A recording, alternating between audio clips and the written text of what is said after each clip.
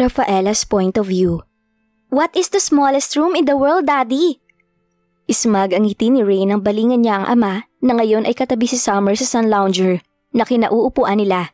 Kinagat ko ang ibabang labi bago sumimsim sa watermelon shake na ginawa ko kanina.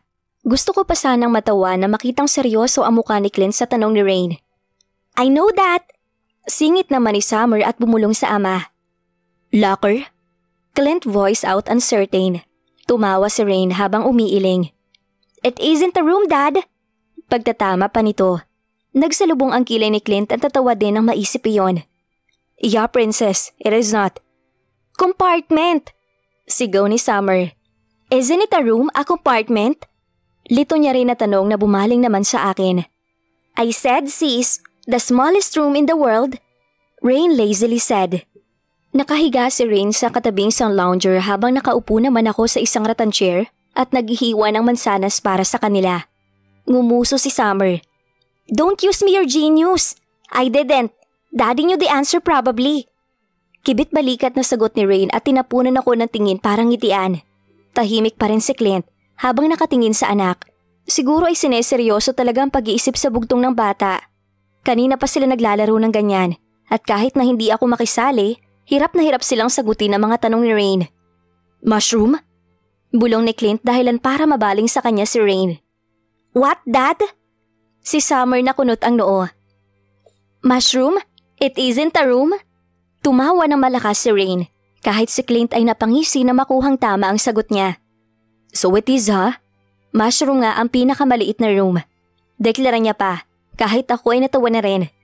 Hindi na nakakapagtaka kung saan nagmana sila Rain ng katalinuhan. Galing iyon sa kanilang ama. How come, Dad? Singit naman ni Summer. Naiiling na lumapit ako sa kanila dala ang hiniwa-hiwa na mansanas. Nakiupo rin ako sa sound lounger nila at tumabi kay Summer. Hindi talaga yung literal na room yung tinatanong ni Rain, baby. It is a kind of riddle na kailangan pag-isipang mabuti. Mushroom ang pinakamaliit kasi bumase sa size nito. At room iyong clue kasi sa dulo ng mushroom ay salitang room. Ngumuso si Summer at tumangot ako. I dislike Rain for being smart. Tumawa si Clint nang marinig ang sinabi ni Summer. Ginamit niya ang salitang dislike para pamalit sa salitang hate. She really loves her twin na kahit ang salitang binibitawan ay pinipili muna bago sabihin. I still love you, Summer. Saad naman ni Rain at hindi na pinansin ang ibang bagay dahil abala na siya sa pagkain ng tuna sandwich. Nagawa ni Clint kanina. Ilang minuto pa ang itinagal namin sa pag-upo lang sa sound lounger at pagkain habang nakatanaw sa dagat na nasa harap namin at ang mga rock formation sa kaliwa. Dahil sa kanan naman ay ang kahabaan ng resort na pinamamahalaan ni Khalil. Marami roon ang mga tao at natatanaw ko yon. May pakiramdam ako na masaya ang bandaron pero mas payapa naman rito. Cyrus? Tiningnan ko si Clint nang marinig siya. Nakatanaw siya sa kanan at magkasalubong ang makapal na kilay. Sinundan ko ng tingin ang tinitingnan niya. Sa hindi kalayuan ay naglalakad palapit ang isang lalaki kasama ang isang babae. Agad na tumayo si Clint para salubungin sila. Si Summer at Rain ay tumayo din sa lounger at tinanaw ang mga bisita. Hey bud, natatawang sigaw ng lalaki at nagmadaling lumapit. Sumunod naman ang babae sa likod nito. So you're really here, ha? Akala ko ginagago lang ako ni Khalil. Tumawa pa ito. May sinabi si Clint pero hindi ko na yun narinig. Tumango ang lalaki at bumaling sa amin bago nagtaas ng kamay at ngumiti bilang pagbati. Kumaway din ang kambal habang ngiti lamang ang nagawa ko. Kahit sa malayo pa lang malamodelo na itong tingnan, ngayon naman na lumapit pa sila sa amin. Mas napagtanto kong isa rin siya sa nabiyayaan ng kakisigan at kagwapuhan. Laging may ngiti sa labi niya at para bang handa siyang magiging kaibigan kahit hindi ka pa niya lubos na kilala. Sa kanyang tabi naman ay nanatiling tahimik ang isang babae na nakasuot ng lavender summer dress na hapit sa kanyang bewang at nagpatingkad sa malapulserana niyang balat. She looks like a shy goddess. May muting ngiti sa kanyang labi nang magtama ang tingin namin kaya ngumiti rin ako sa kanya. By the way, these are my kids. Summer.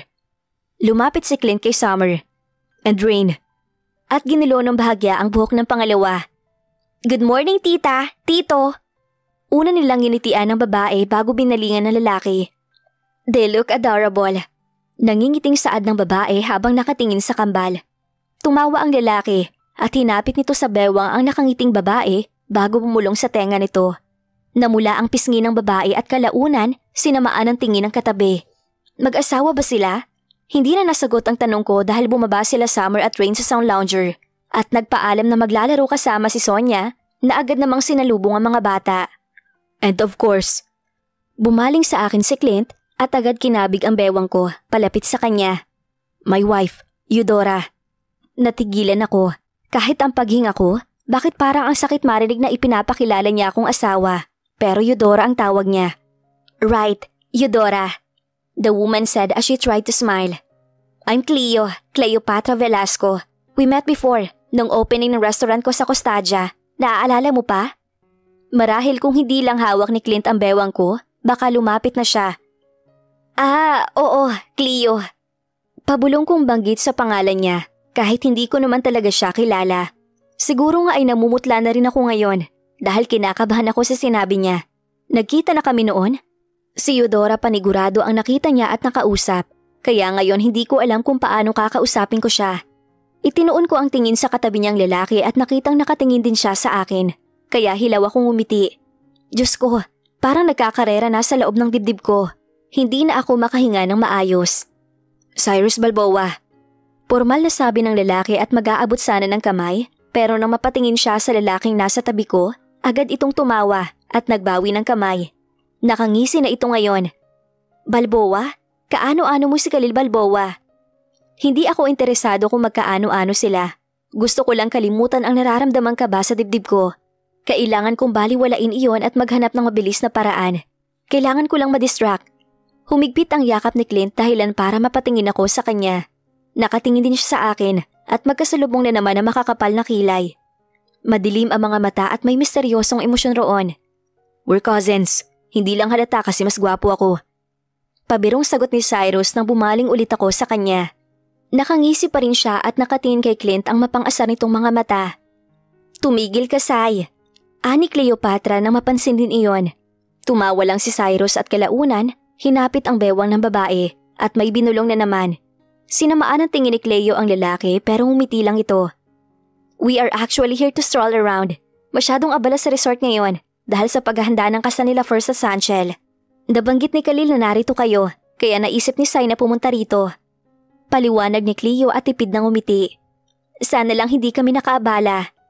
Dagdag niya pa sa mapagpaumanhin na tinig. Sa mukha niya parang ang bait-bait niya. Siya yung tipo ng babae na prim and proper.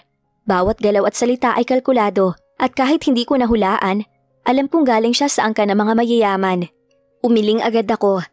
Okay lang na narito kayo. Walang problema. Ngumiti ako sa kanya kaya ngumiti din siya sa akin. Tiningnan ko ang reaksyon ni Clint. Mukhang wala namang problema sa kanya. I actually want to propose something with you, bud. Baling ni Cyrus kay Clint na hanggang ngayon ay tahimik pa rin sa tabi ko. Siguro tungkol iyon sa trabaho. Kaya sa huli lumayo sa amin ang dalawa. At naiwan naman si Cleopatra sa akin. Dito ka na? Mababa ang boses na saad ko. Naintindihan naman niya ang ibig kong sabihin. Naupo siya sa isa pang rattan chair na narito na nasisilungan ng malaking payong. Hindi naman gaanong mainit pero maya-maya lang paniguradong magiging mahapdi na ang tama ng sikat ng araw. Gusto mo ba ng shake or any drinks? Nag-alangan pa ako nang tumingin siya sa akin at ngumiti. Close ba kami? Paano ba dapat ako kumilos sa harap niya? Juice will do. Aniya sa maayos na English. Halatang tuwid na tuwid ang dila sa ganoong lengguwahe. Kumuha ako ng juice na naroon lang din sa malapit na mahabang mesa. Narito lang din naman ang mga pagkain dahil hinanda na iyon kanina. Malamig pa ang juice, kaya pinagpapasalamat ko iyon. Akala ko ay kailangan ko pang bumalik sa loob ng bahay para kumuha ng ice cube. Inilapag ko iyon sa pabilog na mesang gawa sa matigas na kahoy. Kumuha din ako ng isang slice ng tuna sandwich na gawa ni Clint para ipare sa juice. Masarap iyon, kaya alam kong magugustuhan niya. Ngumiti siya sa akin ulit nang mailapag ko ang inumin at pagkain. Masasabi kong sobrang ganda niya kapag nakangiti siya. Thank you, she politely said. Kailan pa kayo rito? Naupo ako sa isa pang rattan chair. Siguro naman na hindi siya magtataka sa akin. Bahala na. 3 weeks na siguro, nag-aalangan kong sagot. Really? She laughed heartily. Ang ganda rin dito. Parang mas maganda rito kaysa dun sa beach ng resort kasi payapa rito. Hindi gaanong malakas ang hampas ng alon. Hindi masyadong maingay at wala masyadong tao. Tinanaw niya ang dagat at ngumiti. Ang kakaibang bilis ng tibok ng puso ko dahil sa kaba ay hindi pa rin humuhupa. Hindi ko tuloy alam kung paano gumalaw sa harap niya. Kayo, kailan pa kayo? Siguro nga at kinakabahan ako pero hindi niya yun makikita sa mukha ko. Kahit pa kumakabog ng pagkalakas-lakas ang puso ko, hindi iyon halata sa ekspresyon ko. Mukha lang akong kalmante pero nagkakarera na sa loob ng dibdib ko. Kagabi lang, biglaan kasi tong kasal nila. She laughed with no trace of sarcasm. Sigurado akong ipapadala na lang sa email ng asawa mo ang invitation kasi hindi yun maibibigay on hand. Kagabi nang sinabihan kami ni First na ikakasal na siya. Kahit 10 oras ng gabi, bumiyahe pa rin kami ni Sai. Alam kong hindi niya palalampasin ang kasal ng pinsan niya. She's smiling genuinely while I'm smiling half-heartedly. Nakangiti ako dahil nakangiti siya. At pakiramdam ko, yun lamang ang magagawa ko ngayon. By the way, she shifted on her seat. Ang akala ko talaga noon isa kang supermodel. Ngayon ko lang din nalaman na Mrs. Silverio ka pala. And with a twin pa ha? Hindi halata, Eudora. Sobrang ganda at sexy mo pa rin. Puri niya. Bahagya akong tumawa para pagtakpan ng pagiging kabado. Mukhang hindi naman sila close ni Eudora. At base sa reaksyon niya, hindi niya masyadong kilala ang pagkatao ni Eudora. Kung nagkita man sila, siguro isa o ilang beses lang. Kahit paano nabawasan ang nervyos ko. Hindi naman, mas maganda at mas sexy ka pa. Ngumiti pa ako para lang ipakitang seryoso ako sa sinabi ko. Of course, anong laban ko sa babaeng to? Kung sinabi niyang mukha akong supermodel, paano na lang siya? Para siyang mahiyaing paraluman. Ang simple ngunit elegante niyang damit ay talagang bagay sa hubog ng kanyang katawan at kulay ng kanyang balat. Sobrang liit ng kanyang muka at ang ganda ng kanyang mga mata. Matangos din ang ilong at tila may lahing banyaga. Napatigil ang tingin ko sa kamay niya na ngayon ay hawak ang baso ng orange juice. Sa kanyang palasingsingan ay naroon ang isang engagement ring. Kung hindi ko lang napigilan ang sarili, baka nalaglag na ang pangako dahil sa ganda nito. Sa gitna ng singsing ay isang diamanting malaki at pinapalabutan pa ng maliliit na diamante sa gilid. Masasabi kong mamahalin talaga yon. Ibig sabihin, engaged pa lang siya? You're engaged? Halos pabulong kong sabi. Tumingin siya sa akin at pagkaraan ay sa kamay niya kung nasaan ang engagement ring na tinitingnan ko. Yes, of course, with Cyrus. Pagaksyang tumawa at madaling uminom ng juice. Tiningnan ko naman kung saan naroon sila Clint at nang makita mukhang seryoso ang pinag-uusapan nila ni Cyrus, ay bumaling ako muli kay Cleo. Bagay kayo, nakangiti kong turan. Totoo yon, nang makita ko sila kanina na magkatabi, pakiwari ko sila talagang itinadhana. Kahit hindi na sila maging sweet sa harap namin, may nararamdaman na agad ako sa kanila. Nang makita niyang nakangiti at ngumiti din siya, pero kahit ganon, kitang-kita pa rin ang lungkot sa mga mata niya. Natatabunan lamang iyon ang pilit ng ngiti. Anong problema? I'll see you there tomorrow. Sigurado kung pupunta naman kayo, hindi ba? She tried to change the topic. Kahit ang kamay niya ay ibinaba niya rin para hindi ko na makita ang engagement ring. Kunwari ay hindi ko napansin ang ginawa niya. Kaya nagkibit balikat na lang ako. Kung pupunta si Clint, sigurado akong pupunta rin kami ng mga bata. Sa pagkakataong ito, hinahanap ng mga mata niya kung nasaan sila Summer at Rain. Nang makita niya nagtatampisaw ito sa dagat, agad siyang napangiti. Totoong ngiti. Nagsimula siyang purihin ng dalawa na manang-mana ang kambal sa amin ni Clint. Mukha rin daw itong mababait na tinawanan ko lamang. Mababait, minsan mga pasaway din naman. If ever magkaroon ako ng kids, gusto ko kambal din, kagaya nila. Wala sa sariling bumuntong hininga siya kahit may ngiti naman sa labi niya. Bumaling siya sa akin at nang makitang titig na titig ako sa kanya, ay unti-unti naglaho ang ngiti niya. Pwede naman yung mangyari. Besides, ikakasal ka rin naman kay Cyrus. Sana magkaroon din kayo ng kambal. Pagpalubag loob ko sa kanya. Ang lungkot sa mga mata niya ay dumaan na naman. Hindi na iyon nakaligtas sa paningin ko kahit pa nag-iwas siya ng tingin. May problema kaya sila ni Cyrus? Pero mukhang mahirap magkaroon ng kambal. Turan niya pagkaraan uminom ng juice. Mababaw siyang tumawa. Cesarean section ka ba? Kasi mostly sa nag-give birth ng kambal, dumadaan sa cesarean section. Ang kuryoso sa mga mata niya ang nagbigay dahilan sa akin para muling kabahan. Alam ko ang sagot, pero sadyang hindi ako nakapaghanda sa biglaan niyang tanong. Oo, para iyong tinik sa lalamunan ko na maisa boses ko. Marahan siyang tumango at hindi maitago ang pagkamangha sa kanyang mga mata. Ang hirap siguro, pero worth it naman. Just look at those cute little angels.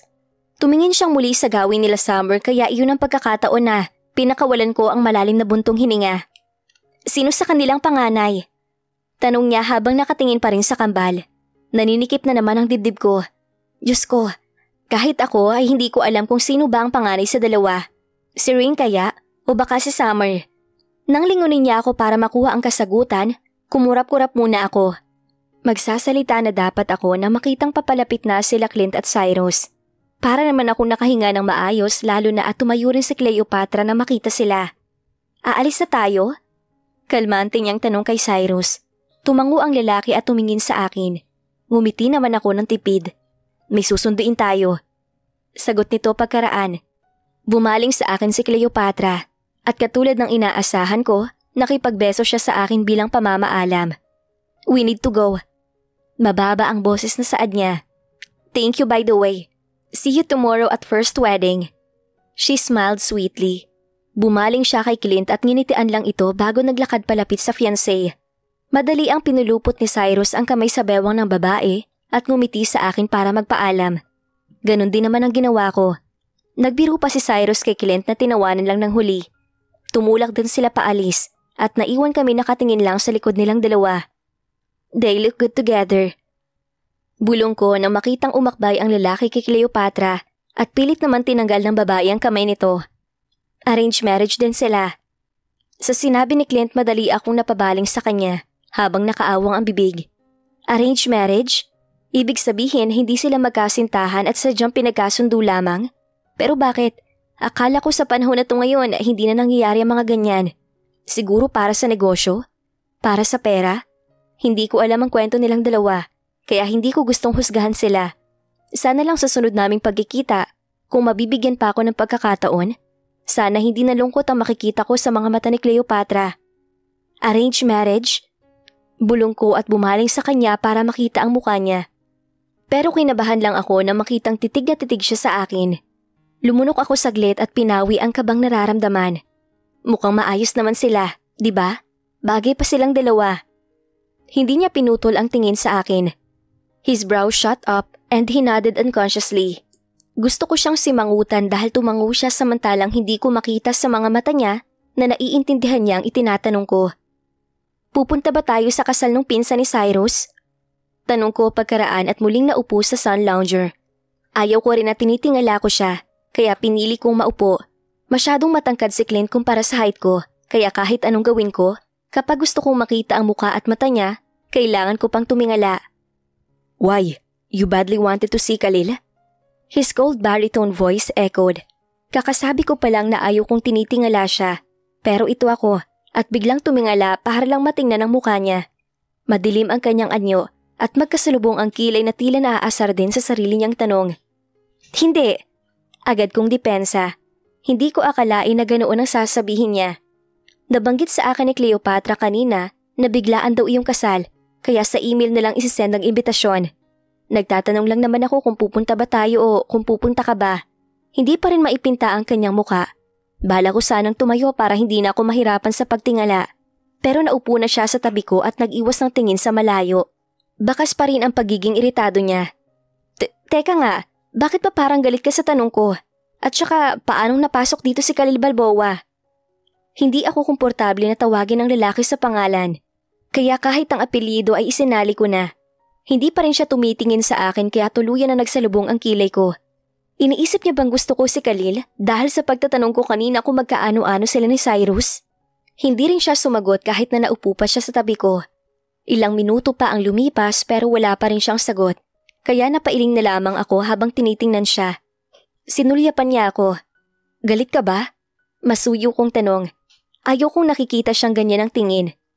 Naaalala ko yung araw na bumisita si Khalil sa kanya. Ganyan na ganyan din ang mukha niya. Madilim. What if I say yes? Walang bahid ng emosyon na tanong niya. Tungkol saan ba? Malumanay kong tanong muli. Hindi niya ako sinagot kaya ngumiti na lamang ako. Sinamaan niya ako ng tingin na makitang nakangiti ako. Pumalibot ang kanyang kamay sa bewang ko. Mabilis niya akong kinabig palapit sa kanya dahil para mapalapit ako ng husto. Isiniksik niya ang mukha sa aking leeg at hinigpitan pa ang yakap. Humugot siya ng malalim na hininga, kaya nanatiling tuwid ang pagkakaupo ko. Masyado siyang malapit na nararamdaman ko ang pagdikit ng tungki ng kanyang ilong sa leeg ko. Narinig ko ang mahina niyang pagmura pero hindi ako nagsalita. Don't bother to ask about Khalil again. Remember that, wife. I'll shoot him if you do that again. He drawls. Tuluyan na akong napangiti dahil sa sinabi niya. One thing is for sure. He is jealous. And it hurts me. Paano pa nung mga panahon na alam niya at nahuli niyang may iba si Eudora? Alam kong higit siyang nasasaktan. Bakit hindi man lang yun makita ng asawa niya? He doesn't deserve to be cheated. He deserves a faithful wife. He deserves to be loved. I won't. I softly whispered as I heard my heart slowly breaking. He deserved this, and I will show him what he deserves. Hawak ko ang kamay ni Rain habang si Summer naman ay hawak ni Clint.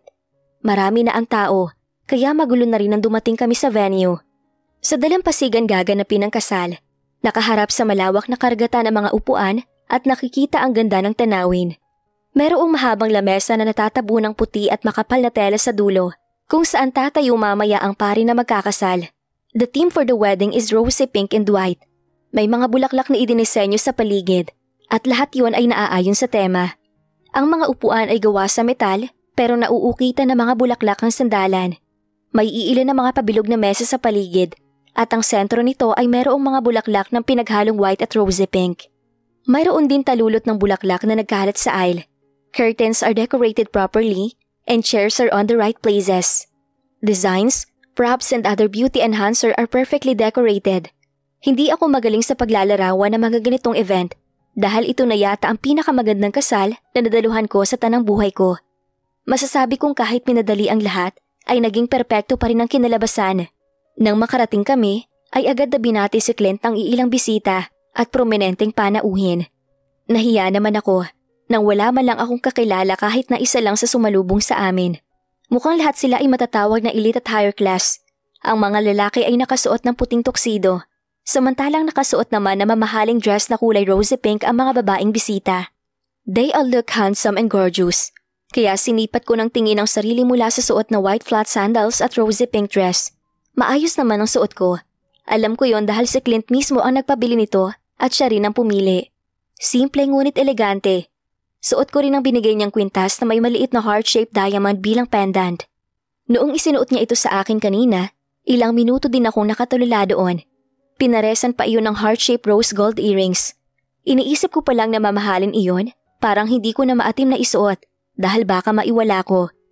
Si Summer at Rain ay ganoon din ang suot, kagayang-kagaya ng sa akin.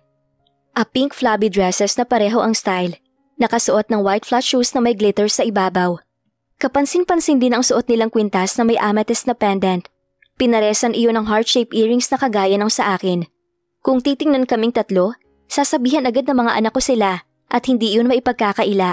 Ang buhok nila ay hinayaan kong nakalugay. Natural naman iyon maalon, kaya bumagay lalo sa suot nila. Hindi kagaya ng sa akin na bagsak. Hanggang bewang na ang haba ng buhok nila, kaya natatakpan ang likod nilang crisscross ang design. Nilagyan ko lamang ng hairpin sa magkabilang gilid ng kanilang buhok.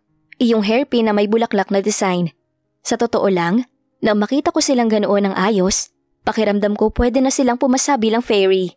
Mas nagmukha silang manika ngayon. Pinagtitinginan silang dalawa lalo na si Summer, na all smile lagi. Samantalang si Rain naman ay nahihiya pang ngumiti. May ilang photographer na ninakawan sila ng picture. Mommy! Hinila ni Rain ang kamay ko dahilan para mapatingin ako sa kanya. Bakit baby? I don't feel comfortable here. Ngumuso pa siya. Bakit? Nag-aalala kong tanong. Baka may masakit siyang iniinda. People are looking at us. I don't like that. Mas lalo pa siyang umuso. Si Summer naman ay tumingin din sa akin pero ngiti-ngiti siya. Sadyang nahihiya lang si Rain kaya hindi maging komportable. Umuklo ako para kahit paano ay matanaw ko ang mga mata niya. Katulad ng mga mata ni Clint, kopyang-kopya yun ni Rain. A soulful eyes. It is a normal thing, baby. You look beautiful. That is why they are looking at you. Put a smile on your lips and don't mind them, okay? Pangaalo ko sa kanya at inayos ang iilang takas na buhok sa gilid ng kanyang tenga. May problema ba? Si Clint iyon. Umayos ako ng tayo at ngumiti sa kanya. Mukhang nahihiya si Rain na pinagtitinginan siya. Nagbaba ng tingin si Clint kay Rain at ngumiti. Just like that, Ang iilan ay napapatingin na sa amin at may ilan pang photographers na kumukuha ng litrato. Don't mind them, princess. Masuyong saad niya. Kahit nakanguso ay tumangutang pa rin si Rain. Hinawakan ni Summer ang kamay ng kakambal habang hawak pa rin ng isa niyang kamay ang kamay ni Clint. We stayed there for a moment hanggang sa magsilapitan ng ilan pang kakilala ni Clint. Mga negosyante, matataas na tao at ilan ay mga kaibigan. Lagi niya kaming ipinapakilala. Pagkaraan ay aalis din sila. Dahilan para maiwan kami ulit. Daddy! Si Summer naman iyon. Pareho kami nagbaba ng tingin ni Clint. Hinihintay ang sasabihin niya. Ngumiti siya at pagkaraan ay umiling. Magtatanong pa dapat ako pero huli na dahil lumapit sa amin si Cleopatra kasama ang isa pang babae. Eudora? Clint? Nangingiti niyang bati.